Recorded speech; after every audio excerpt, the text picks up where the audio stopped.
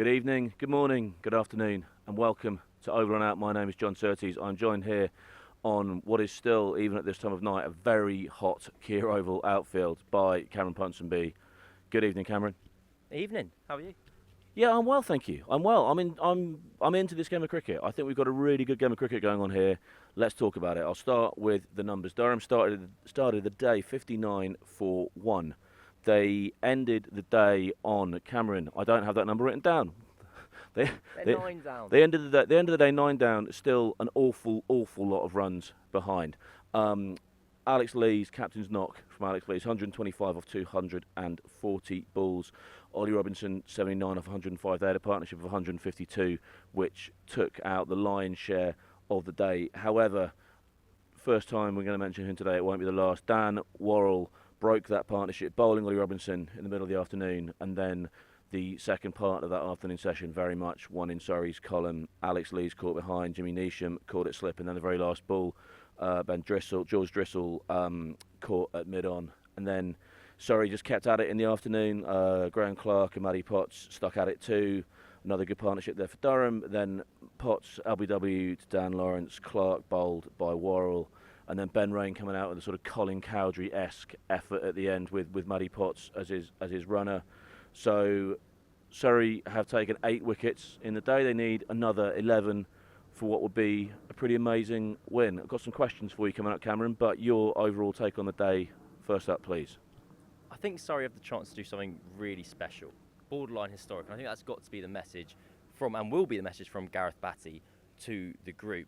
Batty always talks about wanting to go further. How can you take this title-winning monolith, that's won 3 in a row, and keep improving? And winning a match where at one stage people have almost laughed at the comical nature of scoring 820, and then turn around on the other side and go, actually, it might have been flat enough for us to get our 800, but there was enough in it for our bowlers for us to take 20 wickets across 2 days.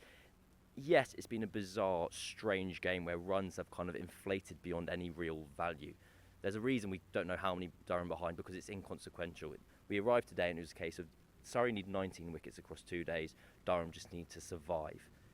Surrey, out of this kind of bizarre game of cricket, I don't know if it's a good match of cricket, it's probably quite a bad match of cricket, but I've never seen one like it, and for that reason I'm enjoying it, have the chance to do something very special and make a real statement in their pursuit of a 4th title in a row. Yeah, that's my take as well, and I heard you talking about this on commentary on our YouTube channel towards the end of the day. You're using phrases like reaching new horizons, genuinely historic victory. One of the phrases you also use, which I just want to reflect on a little bit as we stand here, not long before 7 p.m. in the evening, still on what would be a very comfortable day. If you were outside of the UK on holiday, you'd be comfortable with this temperature. You said on the commentary, doing it the hard way. Like, let's just have a little. We talked about over the last 2 days Dom Sibley batting for 5.5 sessions to get his triple century. But it's a smoky old slog out there, isn't it? How do you think those players must be feeling? Those Surrey players must be feeling after a whole day out here. And as you think again yourself said on commentary, their reward for getting the final wicket tomorrow morning will be to go out there and do it all over again. Well, they're exhausted. You can see they're exhausted. Dan Worrell, he kind of can't quite muster the energy to celebrate his wickets. You're like, no, Dan, this is the good bit. This is the bit you need to enjoy. Efficiency of energy. There's only been one moment where Matt Fisher, the first wicket of the day, he went off on a big one, and you're like, cool, this is brilliant, they're in. And from that point on, it was conservation of energy at all times. I feel like they've kind of chosen to ascend Mount Everest by walking downhill first, kind of thing. They're doing it as difficultly as possible. They chose, when they decided to kick on to 800, that they had to stay out in the field for 7 sessions in the blistering sun. It is now, having been in an air-conditioned room all day, this is lovely. It's a wonderful evening here in kind of South London. But if you'd been out in the middle all day, as these guys have been, you're knackered. And you can see as they're walking off, they've got nothing left apart from a day 4 effort tomorrow. Yeah, it's one by one the other. We're stood out here, having been in an air-conditioned room all day, loving the temperatures.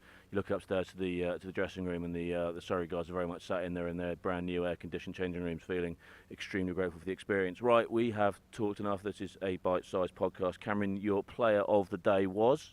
Dan Worrell. 4 wickets, made the difference with that second new ball across the afternoon. 4 of Durham's wickets fell in the space of 12 overs. It was a really important moment in the context of this fixture. And then right at the close, as Graham Clark was batting brilliantly well, kind of holding up an end, he's managed to get a ball just to move in to the right-hander out of nowhere. We're so used to seeing Worrell swing the ball away from the right-hander. This time he got one to sneak back in and take a very important wicket. It's not the first time we've discussed Dan Worrell as player of the day, but he's done it in a very, very different way today. I couldn't agree with you more. Huge shout out, Dan Worrell. Your moment of the day, Cameron. My moment of the day is a bit of a kind of tangential one. I should never say that word, I can't do it. Tangential. There we go. Sam Curran, at the end of the play, runs don't matter at this point, and he's dived, saved a four, skinned his elbow, and he's looked at it afterwards in pain. And I thought, you didn't need to do that, Sam, but I think it showed the commitment to the cause from this group of players and the fact they are going to go all the way to the end tomorrow in pursuit of this victory.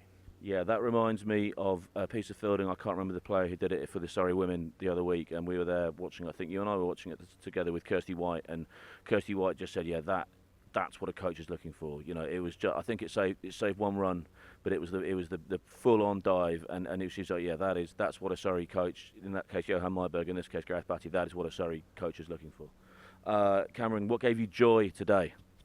What gave me joy? Dan Lawrence's wicket at the end of the day.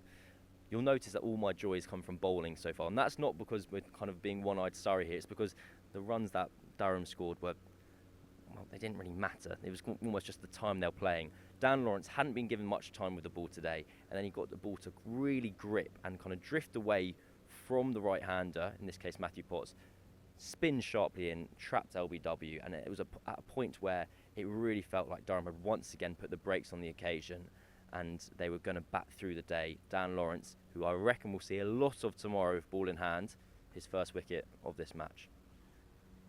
Cameron, something to talk about? I'm going to go back to yesterday. Surrey got 800. It's a club record. We're saying stupid things on commentary at the start of today, like, and of course Durham still trail by 683 runs. And it's just, there's never been a formulation of these numbers and words before in a cricket game. And if you are a cricket kind of nuffy, badger, loser, whatever word you want to call it. Aficionado, which I imagine if you are tuning into this podcast, you're probably one of us. Let's just say fan. Cricket fan. If you're a cricket fan, which I imagine you are watching us, it's been a series of situations which you've never seen before. And for this 4 days, do I want to watch this match every week? Absolutely not. But for these 4 days, am I enjoying it? Yes, I am. Final question, and I think we've answered it, but let's just give it 10 seconds. Why should I come down tomorrow? Why should I tune in on YouTube tomorrow? 11 wickets, Surrey on the hunt. If they do get the job done, it'll be a genuinely historic victory. Get yourself down here if you can. The scenes, the celebrations, if they do get over the line, will be something to remember. They certainly will be. My name's John Surtees. This is Cameron Ponsonby. We've not mentioned the Kookaburra ball once. Oval and out.